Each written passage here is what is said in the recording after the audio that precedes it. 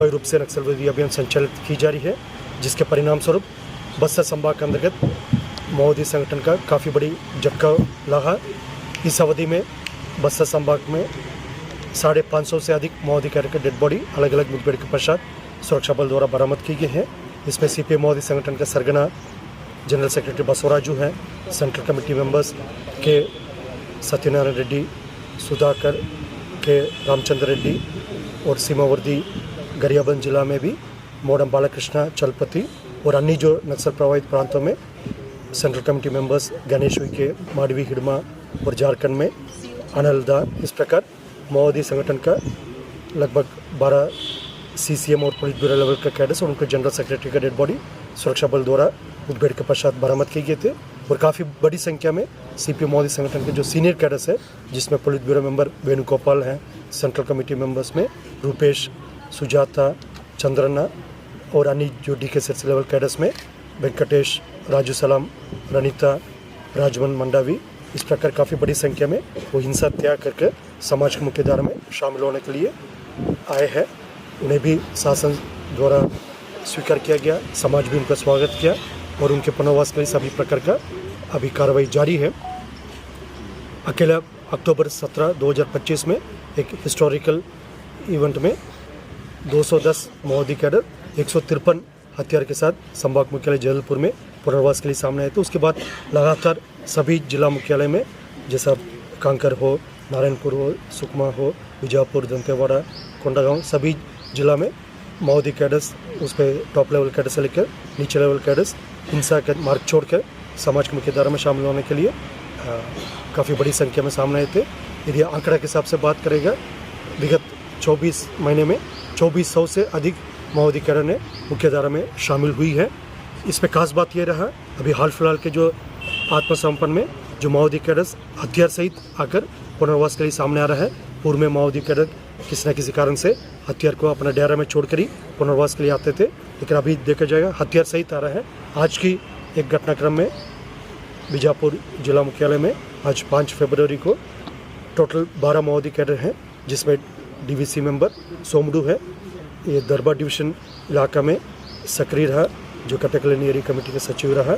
उन्होंने AK-47 के साथ और 2 अन्य जो माओवादी कैडर है, जिसमें छोटू कुड़ियम, जो उन्होंने पश्चिम बस्तर डिवीजन ACM है, उन्होंने SLR के साथ आज पुनर्वास के लिए सामने आए थे। और तीसरा माडवी, सन्ना माडवी, उन्होंने भी जो पश्चिम बस्तर डिवीजन में ACM पार्टी मेंबर के रूप में जो सक्रिय थे, उन्होंने भी SLR राइफल के साथ पुनर्वास के लिए सामने आए थे।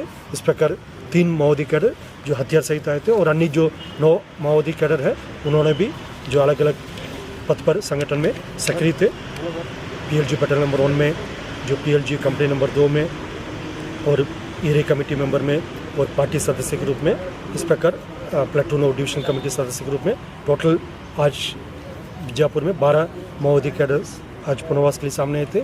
शासन के पॉलिसी के तहत उनका सभी प्रकार का सहायता उपलब्ध की जाएगी, ताकि वो एक सामान्य और शांतिपूर्ण जीवन जी सके। इस पे भारत सरकार और छत्तीसगढ़ शासन की एक स्पष्ट मंशा है, जो नक्सल गतिविधि को पूर्ण रूप से समाप्त करना है। और इस दिशा में हमारा सुरक्षा बल DRG, Bastar fighter, cobra, STF, CRPF, BSF, ITBP, SSB, Chhattisgarh arm police, स्थानीय पुलिस बल एवं अन्य सभी स्टेक होल्डर्स ने लगातार एक समर्पण के साथ काम कर रहा है, जिसके परिणाम स्वरूप विगत 2 वर्ष में हमको काफ़ी एक निर्णायक बढ़त प्राप्त हुआ है। जो माओवादी संगठन अभी अपना अंतिम सांस गिन रहा है, उनके पास नेतृत्व भी समाप्त हो गई है, उनके कैडर स्ट्रेंथ भी अभी लगभग समाप्त होते जा रहा है, उनके पास फायर पावर भी अभी बिल्कुल शून्य होते जा रहा है और उनकी आधार क्षेत्र भी सिमटते जा रहा है, उनके पैर के नीचे से जमीन खिसकते जा रहा है। इन सब तमाम परिस्थिति में शेष जो माओवादी कैडर अभी भी जो हिंसा का रास्ता पर जंगल में है, उनके पास एक ही विकल्प है, वो भी हिंसा त्याग करके समाज की मुख्य धारा में शामिल होना बेहतर होगा। नहीं तो हमारा अभियान लगातार जारी है। जो शांति और पुनर्वास का बात समझ में नहीं आ रहा है, वो संदेश उनको समझ में नहीं आ रहा है, फिर हमारा सुरक्षा बल सक्षम है।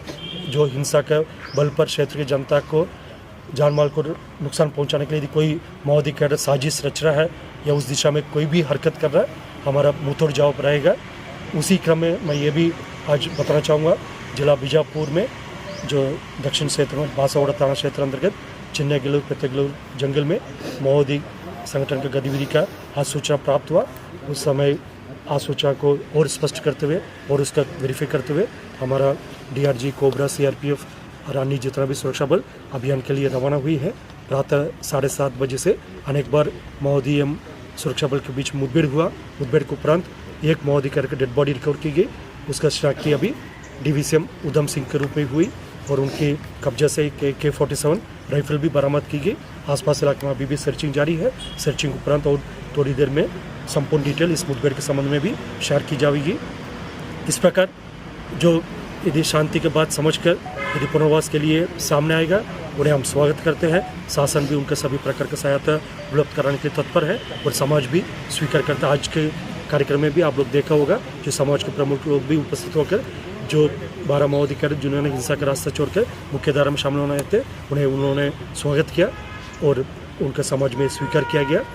लेकिन मैं पुनः इस बात को रिपीट करना चाहूँगा, कोई माओवादी कैडेट यदि उसमें अभी पुलिस ब्यूरो मेंबर देवजी हो, सेंट्रल कमेटी मेंबर में संग्राम उर्फ मुरली हो या DKCC कैडर्स में पापा राव और प्रभाकर हो यानी जितना भी जो माओवादी कैडेट जैसे सोडी कैसा भी उसमें शामिल है, जित्रु ओयाम भी शामिल है, यदि इस प्रकार के संदेश को नहीं समझ रहा है, अपील को यदि अनदेखी कर रहा है, फिर उनको उसका परिणाम भुगतना पड़ेगा। उनके पास बहुत ज़्यादा समय नहीं बचा है। यदि समय रहते हुए सामने आना चाहिए, उनका एक शांतिपूर्ण जीवन, उनके एक सकारात्मक जीवन निर्माण करने के लिए हम शासन की मंशानुरूप और क्षेत्र की जनता की इच्छानुरूप उनके सभी प्रकार का सहायता दिया जाएगा। यदि इस अपील को अनदेखी करेगा फिर हमारा कार्रवाई का उनके सामने करना पड़ जाएगा। मैं आज के अवसर जो पुनर्वासित हुए हैं उसमें कुल 40 लाख के माओवादी ने आज आत्मसमर्पण किया है और उसके अलावा 3 हथियार जिसमें एक AK-47 और 2 SLR लेकर आए हैं।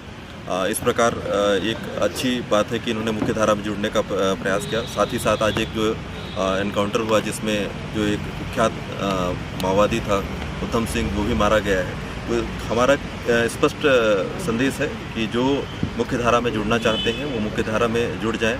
अगर नहीं जुड़ते हैं तो उनका नकारात्मक परिणाम जो आज की जो घटना हुई थी उस तरफ भुगतना पड़ सकता है।